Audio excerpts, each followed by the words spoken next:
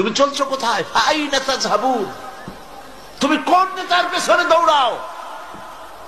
নামাজ নাই, রোজা নাই, পরকালের বিশ্বাস নাই, মদ, জুয়া, জেনা, ব্যভিচার কি না করতেছে। এইসব লোকের নেতা মানে এগুলোর পিছনে দৌড়াও।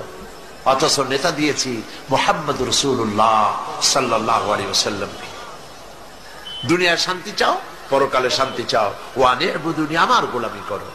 আর সোজা রাস্তা বলে দেওয়ার জন্য আমি দায়িত্ব নিয়েছি, সেজন্য আমি নবী দিয়েছি।